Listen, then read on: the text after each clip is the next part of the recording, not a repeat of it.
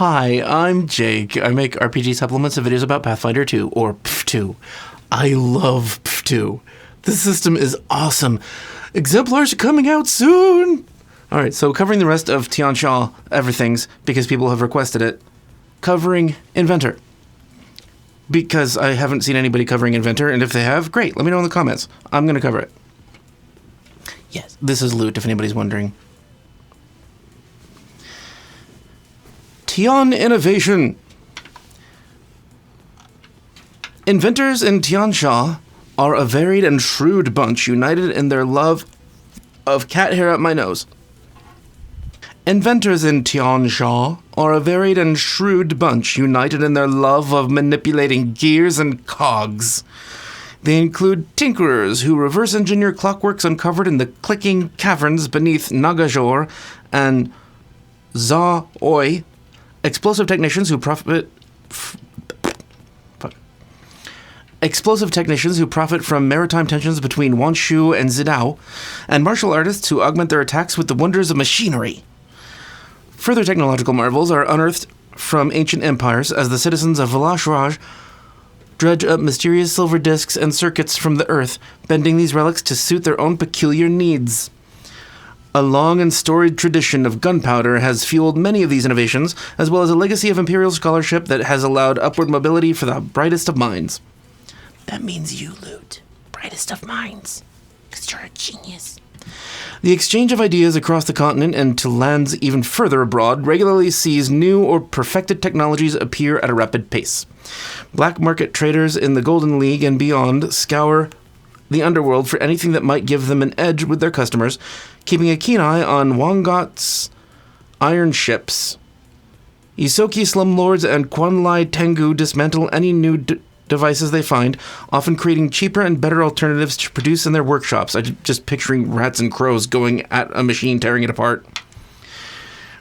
With new trade routes depositing innovations from the farthest reaches of Galarian in Goka, Linvare, Minkai, and other successor states, Tian Xia's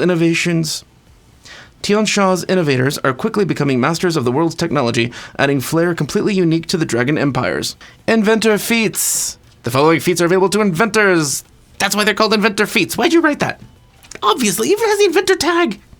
See? He agrees. God. Oil Fire, level 2 feat. It has the traits Fire, Inventor, Manipulate, Unstable. These all have the inventor trait. I'm not repeating it. Prerequisites, Armor Innovation. Requirements, you have a foe grabbed. Your armor includes flame-resistant gauntlets with oil-filled finger joints. I like where this is going. These joints can split apart, dousing your opponent in flammable oil and then igniting it, and I think that would cover your fingers with oil too.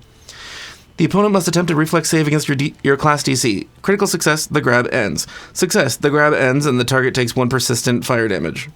Okay, well at least it's persistent. It's level 2 feat. Failure, the target takes persistent fire damage equal to half your level. Oh, that could become huge. Critical failure, the target takes persistent fire damage equal to your level. Awesome! Oh, that's good! And that keeps on par really well as you level. Yeah, it has the unstable trait. Fine. You can only do it once in a while, but you can do it every fight. Neat.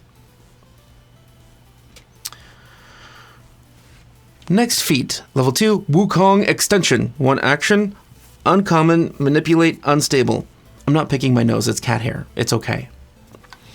Prerequisites, Weapon Innovation, Access, Tian Xia Origin or Worshipper of Sun Wukong. And to repeat myself, the uncommon trait goes away if you have access. Meaning, if you are of Tian Xia Origin or a Worshipper of Sun Wukong, then it's not uncommon for you. For everybody else, it's uncommon. That doesn't mean you can't take it. You just need GM approval. Invoking the name of Sun Wukong's extending cudgel, Ru Yi Bang, you activate hidden levers and cranks in your innovation, making it swiftly extend outward like a battering ram. Make a melee strike with your weapon innovation. Your reach for that strike is 30 feet. That's awesome! Yes, 1 action! Oh, that's cool! Yes! Oh, I like that. That's cool. So there's a rune, the extending rune, that extends your range for an attack to 60 feet. But it takes more than 1 action to do that and make an attack. This is just one attack. It's 30. One action. It's 30 feet, and you make a strike with that action. That is a wonderful feat. I like that a lot. Oh, it's unstable. That's the limit on it. Okay, fine. I'm going to put all the rules for unstable on the screen now. But basically, unstable means that after you complete the unstable action, you have to roll a 15 flat check. No matter what, you already took the action, so you still get to do the unstable action. On a failure, your innovation can't take any other unstable actions until you take 10 minutes to repair it, return it, restore it, reload it, whatever. On a critical failure of the 15 flat check, the same thing happens, but you also take fire damage. So basically, the unstable action usually means that you do it once a fight. Next feat, level 4, Duo Dragon Kick. 2 actions, prerequisites, Construct Innovation, my favorite. Because you can put more flavor in, because it's another creature. Requirements, your Construct Innovation is adjacent to you. You've practiced an impressive spin technique with your construct. A couple of spin moves. Automatically attacking in tandem as you launch each other through the air. Each other? You command your construct companion to fight alongside you, after which you both leap in the same direction, making an unarmed strike at the start or end of the leap. This uses your companion's actions for the turn. If the strikes both hit the same creature, combine their damage for the purposes of resistances and weaknesses. Weird. Okay, so you do the command action as part of this 2-action feat. Both you and the construct leap in the same direction, and both of you make an unarmed strike at the start or end of the leap. That's interesting. That's a cool economy of actions, and obviously fun. If the strikes both hit the same creature, combine their damage for the purposes of resistances and weaknesses, which is great in the case of weaknesses and not so great in the case of... Sorry. It's great in the case of resistances and not so great in the case of weaknesses. Because you want to trigger the weakness multiple times, which means you want to hit it multiple times. Unstable function. Oh, so this adds the unstable trait. What else does it do? You spin farther and higher, though the extreme movement risks discombobulating your innovation. Greatest word ever.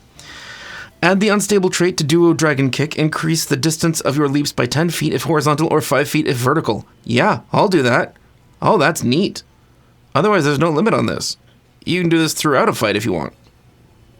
Cool. I like this a lot. Obviously, it's only going to work for melee inventors. Some of you are ranged, but if you're melee and you have a construct, this is cool.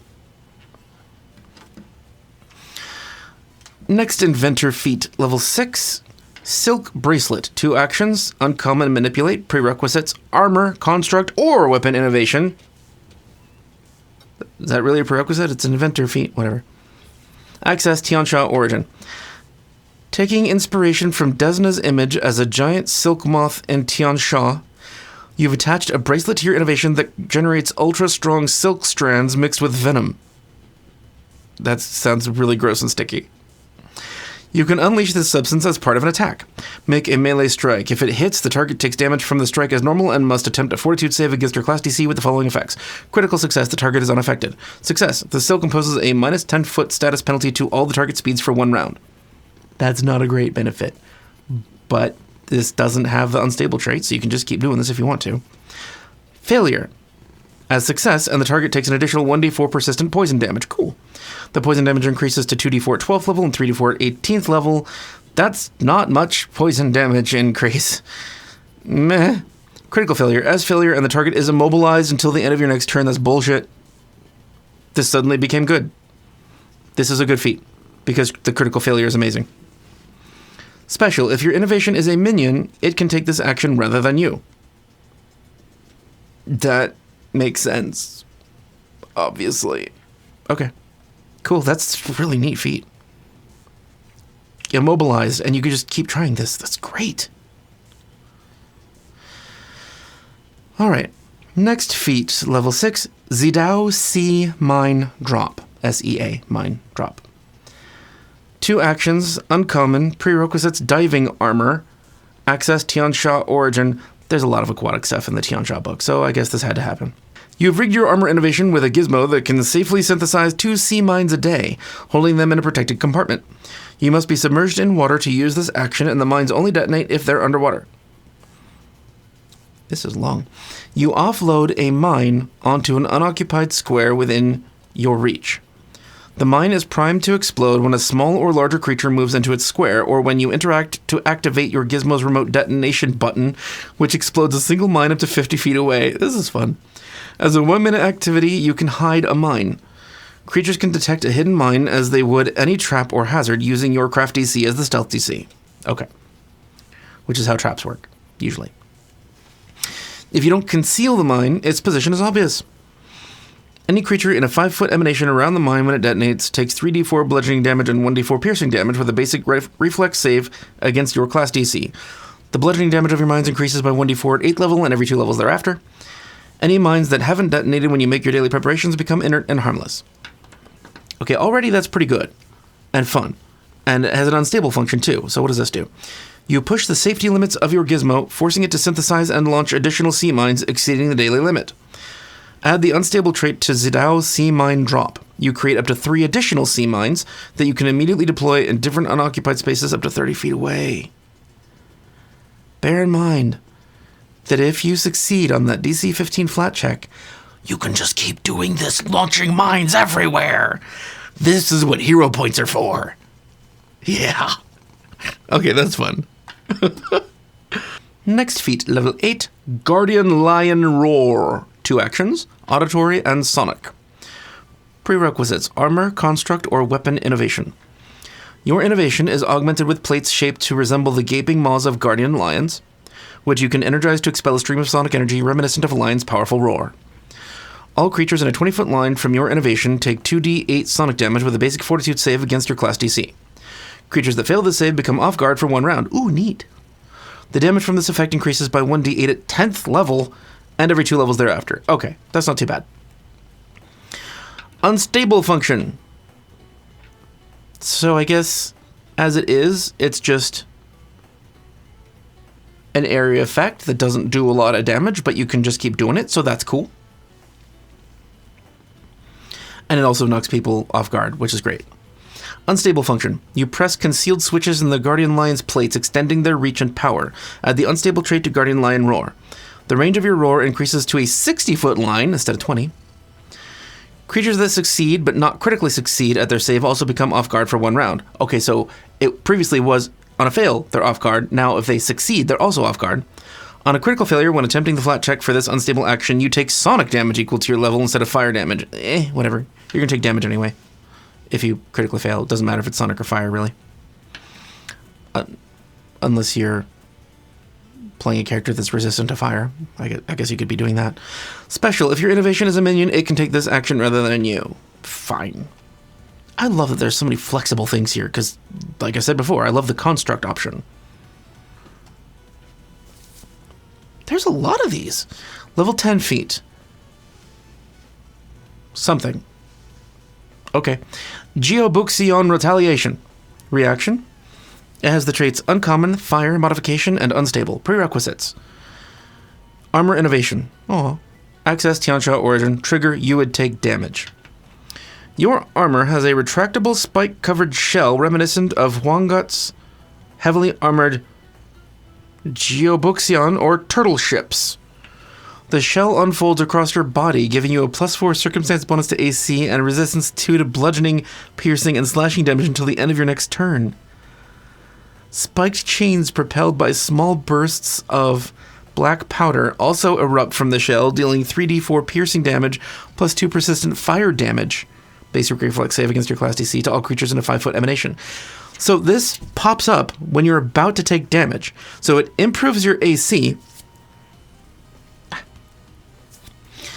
and gives you resistance and deals piercing damage and fire damage. This is weird and kind of nuts. Okay, so it's a modification. It's unstable. Okay, that's the limit. That's great. Part of the fun of playing an Inventor is getting really powerful shit that can accidentally blow up and fail. Because, you don't just play the Inventor because I get to use fire and machines. It's also the weird quirkiness of a mad scientist in a fantasy world. This is neat. This is really neat. Oh, the resistance never improves. That's a little disappointing. And the fire damage never improves, or the piercing damage. These should all improve, I think. I'd probably say every 2 levels they improve. It seems about on par with everything else. Anyway, really neat. Next feat, level 12, Celestial Cacophony. Another good word. 3 actions. It has the traits Uncommon, Fire, Manipulate, Sonic, and Visual. And of course Inventor, but I haven't been saying that. Prerequisites, Weapon Innovation, access Tian Xia Origin. Your weapon contains a detonation chamber that launches fireworks, sparklers, and black powder pellets that sizzle, twist, and scatter on the ground in a cacophonous manner, liable to annoy the entire Celestial Court and all of your party members. All creatures in a 15-foot cone extending from your innovation take 3d4 fire damage and 3d4 sonic damage with a basic fortitude save against your class DC. Wow. Both the fire and sonic damage increase by 1d4 at 14th level and every 2 levels thereafter. See? The previous feat should have done that too. The area affected by the cone becomes difficult terrain until the start of your next turn. Creatures moving through this area must succeed at a reflex save against your class DC or take 2d4 persistent fire damage. That's cool. I mean, sure, it would be annoying to people, but it's a lot of damage. For just... Okay, it's all 3 actions on your turn. So, you have to commit to this, but it's cool, and you can just keep doing it. Unstable function. You rattle your weapon violently to make it belch out even more pyrotechnics. Add the unstable trait to Celestial Cacophony, obviously. The area increases to a 30-foot cone instead of a 15-foot cone, and all damage dice increase from d4s to d8s. Okay. I mean, that's obviously on average more damage. I wish it did something more. It's better, obviously. It just does more damage. But can it do something else too? Like maybe making people more easily off guard and stuff, or creating more difficult terrain. Maybe difficult terrain, yeah. Okay, anyway, it's useful. It's damage. Damage is good. It's just a little bit boring. I actually can't see myself taking this. Because it's your entire turn. You can't even command your construct if you have a construct innovation. Yeah, it does damage, but that's it. I don't know, level 12 is not all that fun. Level 12, man. You can do some fun shit. That's like equivalent on damage, roughly. Anyway. It is cool. I guess if it took 2 actions, I would totally use it all the time. But 3 actions, meh. You know, meh. And that's it for Inventor shit. They got some nice little presents. This is cool. I had not read the Inventor stuff. Obviously, as you can tell. If you're an Inventor, definitely look at this. Thank you for joining me. If you're a patron, thank you for joining me as well, also, too. Because, like, you know, I do what I do because it's fun and because I love this shit, but it matters a lot to me that it matters to someone else. So I'm glad that you guys appreciate it. If you want to see Tian Xia stuff, the rest of the playlist is here. And what were we on? Inventor? If you want to see some builds, right here. There's an Inventor build in there. That's why I mentioned Inventor, because Inventors. Okay, thanks, bye.